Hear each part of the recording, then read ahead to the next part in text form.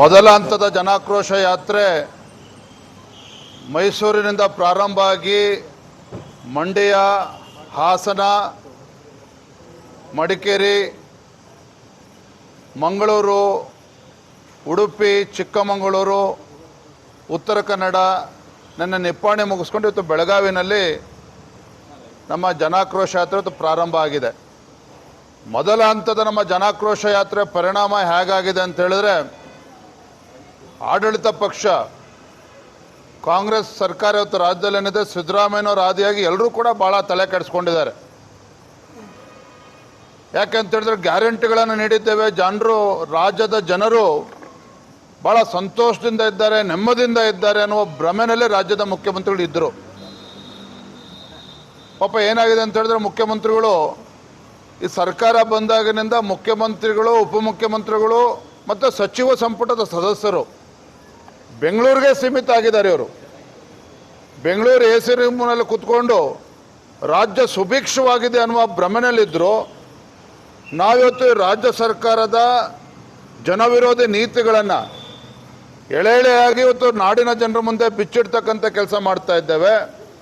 ಈ ಬೆಲೆ ಏರಿಕೆಯ ದುಬಾರಿ ಸರ್ಕಾರ ಇವತ್ತು ರಾಜ್ಯದಲ್ಲಿ ಏನಿದೆ, ಈ ಬೆಲೆ ಏರಿಕೆಯ ಪರಿಣಾಮವಾಗಿ ಮುಖ್ಯಮಂತ್ರಿ ಸಿದ್ದರಾಮಯ್ಯನವರ ಕಾಂಗ್ರೆಸ್ ಸರ್ಕಾರದ ಬೆಲೆ ಏರಿಕೆಯ ಪರಿಣಾಮವಾಗಿ ನಾಡಿನ ಜನ ಎಷ್ಟು ತತ್ತರಿಸಿ ಹೋಗಿದ್ದಾರೆ, ಬೇಸತ್ತಿದ್ದಾರೆ, ಎಷ್ಟು ಆಕ್ರೋಶಭರಿತರಾಗಿದ್ದಾರೆ.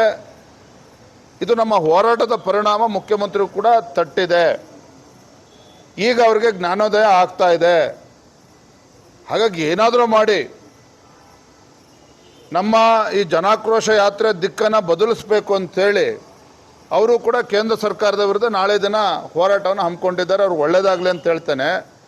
ಆದರೆ ಇವತ್ತು ಸಹ ನಾನು ರಾಜ್ಯದ ಮುಖ್ಯಮಂತ್ರಿಗಳಿಗೆ ಆಗ್ರಹ ಮಾಡ್ತೇನೆ, ದಯವಿಟ್ಟು ನೀವು, ತಾವುಗಳು ಹಾಗೂ ತಮ್ಮ ಮಂತ್ರಿಮಂಡಲದ ಸದಸ್ಯರುಗಳು ಹಳ್ಳಿಗಳಿಗೆ ಬರಬೇಕು.